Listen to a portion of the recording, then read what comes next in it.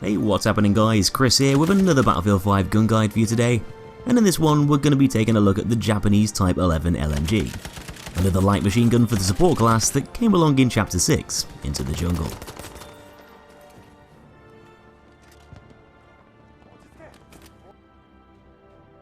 So the Type 11 was pretty much the first of Japan's mass-produced LMGs, being designed and made in 1922, so quite a while before the Second World War. Automatic weapons were used throughout the Great War, just a few years earlier, and their effectiveness on the battlefield didn't go unnoticed, with Japanese authorities seeming pretty eager to make an LMG of their very own, to be used by native forces. The Japanese were quite familiar with the French BF5 machine guns, which largely influenced the design of the Type 11, with a similar looking ribbed barrel and internal mechanisms.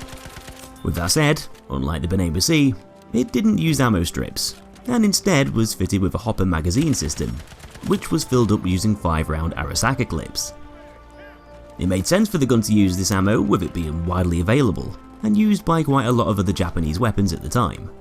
And 6 of these strips could have been laid down on top of each other in the hopper, giving the Type 11 a maximum ammo capacity of 30 shots. The problem with the hopper system was that it was a little bit sensitive to those full-sized 6.5mm cartridges, so in the end, a slightly less powerful version of that round had to be introduced, and supplied to machine gun crews using the Type 11. The weapon saw active service with the Imperial Japanese Army from the year it was created in 1922, right the way up through the end of World War II in 1945, making it the oldest Japanese LMG to see action in the Pacific Theatre.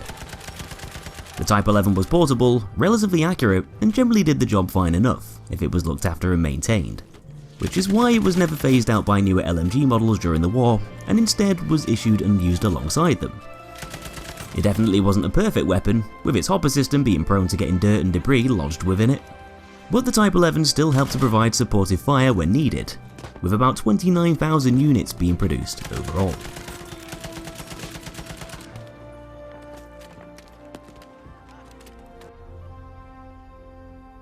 So anyway, time to get the stats up. The Type 11 is going to perform in a similar sort of way to a lot of the other LMGs, as it's going to deal a maximum damage of 25 up to the range of 10 meters, equating to a 4-bullet kill within close quarters. This is then going to gradually decline over distance until your bullet reaches the 75 meter mark, dealing the minimum damage of 15 from there onwards. So basically, if your target is wandering around beyond the range of 50 meters, it's going to take up to 7 body shots to bring them down, which is kind of average, unless of course they've already been softened up a bit first. Headshots are going to double the damage dealt, so you could potentially kill another player with less bullets if you can slap them in the face with some of that lead, as that's going to cut down those kill times and probably help you win a gunfight a bit easier against other more aggressive weapons. Unfortunately for the Type 11 though, it fires at one of the slowest rates in the class, matching up with the Brent and Madsen MG at just 514 RPM. Not exactly a very impressive fire rate for a fully automatic weapon. This pretty much gives it the exact same kill times as the Bren gun, and it's not all that far behind the Type 97 too, with that gun only firing about 26 RPM faster. It'll be adequate for defensive play, gunning down enemies from a safe distance, but with a fairly standard looking damage model and sluggish rate of fire, it's probably not going to seem like something you should be using too close to the danger zone, as you're often going to be outclassed by other, much more aggressive weapons that are going to seem more powerful, especially within those early distances.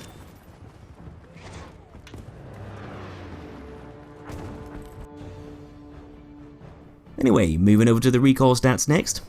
The Type 11 is going to kick upwards in pretty much the exact same way as the other Japanese LMG, the Type 97, with it having the exact same vertical recoil value of 0.6. This isn't really too bad, as it's one of the lower values of the bunch, with a lot of the other LMGs drifting upwards more with prolonged fire. And with the recoil buffer spec, that vertical kick can be reduced down to just 0.48, which will make it a very controllable weapon.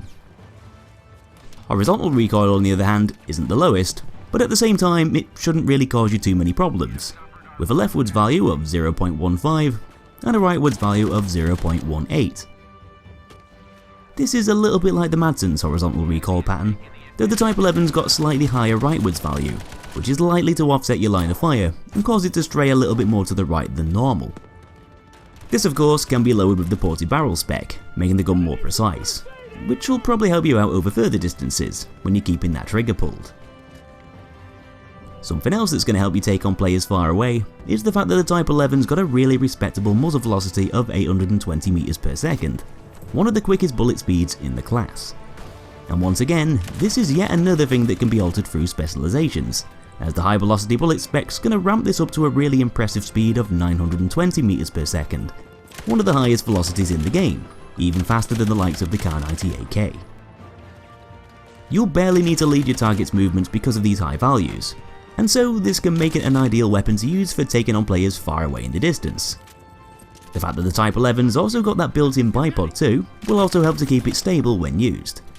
And all of these factors combined can benefit the weapon for defensive play, allowing it to take on players over all ranges a little bit easier than some of the other light machine guns.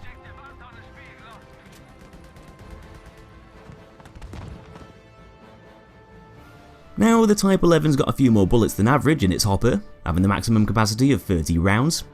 so 5 shots more than some of its similar, slower firing counterparts, like the Madsen and Type 97.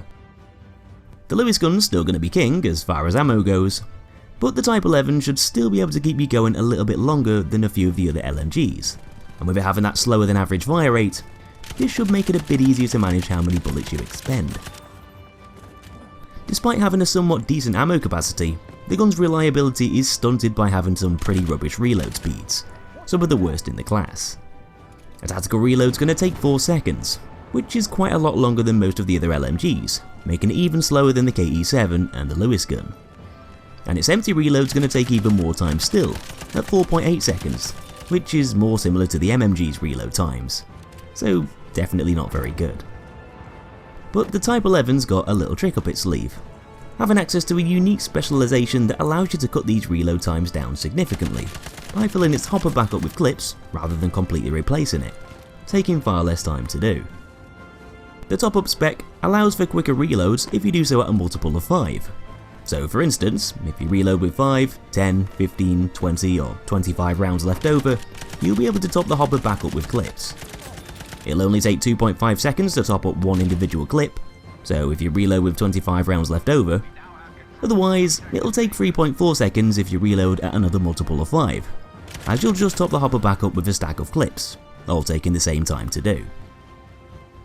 This is good for making those otherwise lengthy reloads a bit more bearable, as it can potentially give the Type 11 much quicker tactical reload speeds.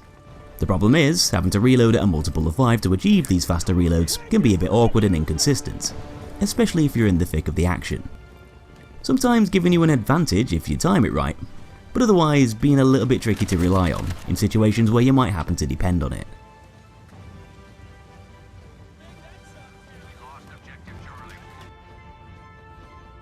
So time to run over the Type 11's specializations. At the top, you'll be able to pick from slings and swivels on the left, quick aim on the right, and because we're using a pretty defensive weapon, I generally prefer to use the quick aim spec to get an aim down sight speed advantage.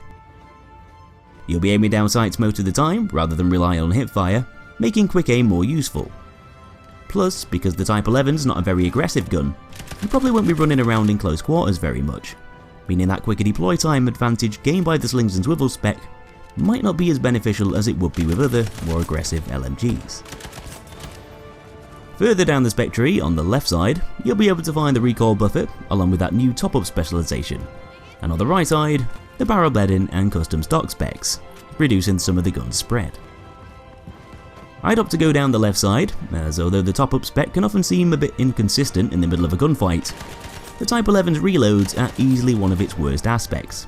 so at least this is going to help to speed them up a bit, whenever you can time them right. The recoil buffer will lower that vertical kick, helping to make it more controllable, which can be especially useful when taking on targets further away and sustaining fire for longer durations. So I find that these can be better than the other options on the opposite side of the tree that are designed to lower spread, as the gun should already feel accurate enough to do what it needs to do without the custom stock and barrel bedding specs. Plus that lower kick granted by the recoil buffer should also help to reduce the Type 11's recoil as a whole, making it seem easier to use. As for the last two specializations, we've got high velocity bullets on the left, boosting muzzle velocity to make it feel more accurate against moving targets at longer ranges, and on the right side, you'll find the ported barrel, reducing the weapon's horizontal recoil, thus making it a bit more precise. These are both pretty good options that you can't really go wrong with, though because the Type 11 can excel over further distances, and with it already being fairly accurate to start with, I tend to sway slightly more to using high velocity bullets, meaning you won't have to lead your enemy's movements very much at all if they're running around. Though if you're still having trouble with the gun's recoil and automatic fire, then the ported barrel will probably be the right choice for you instead.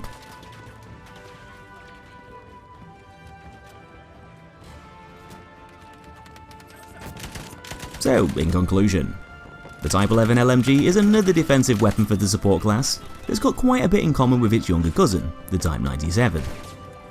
It's a fairly slow firing weapon, which can be beaten by quite a few of the other guns in the game, so it's not exactly a very competitive thing to have within those offensive ranges, where you're going to be outmatched by more powerful weapons that can drop people at faster rates. Fire rate isn't the only thing to impede its effectiveness for aggressive play either, because the Type 11's got some of the longest reload times in the class, with it using that hopper. So it can often be quite awkward in situations where you're surrounded by enemy players, making it a less dependable weapon to use within CQC as a result. It's got a fairly decent ammo capacity, but you'll still only be able to kill so many players with a fully loaded hopper, and if you get caught out at the wrong time, you're going to have to rely on your sidearm, as it'll most likely be lights out if you're not near any cover. The gun does have that unique top-up specialization to make reloads a bit less problematic, but this can be very circumstantial,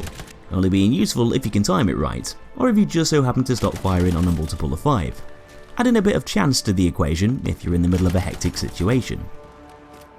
The combination of that slower than average fire rate and those lengthy and consistent reloads often means that you'll get caught out by players within shorter sight lines, especially if there's quite a few of them ganging up on you. And so it can often be most effective when used over mid to long distances instead, where you're going to be a bit less vulnerable, but still capable of taking players on in a fight. The fact that the Type 11's got some of the better accuracy stats in the game, due to having a fairly manageable set of recoil figures, enforces its use even more as an effective longer ranged LMG, often best used from defensive positions. And if you tap and burst fire the gun to keep it under control, that higher muzzle velocity is going to make it much easier to hit targets running around in the distance, that could otherwise seem a bit tricky to take down. And overall, it plays a pretty similar role in the game to the Bren gun and Type 97. Not particularly being very deadly or reliable within enemy territory, but generally performing better over mid to long ranges than a lot of the other faster firing alternatives. So that's it for another one folks. Subscribe and apply notifications to be the first to see new content coming soon, and give me a like if you enjoyed the guide on the way out. Thanks for watching, and I'll be seeing you in that next episode.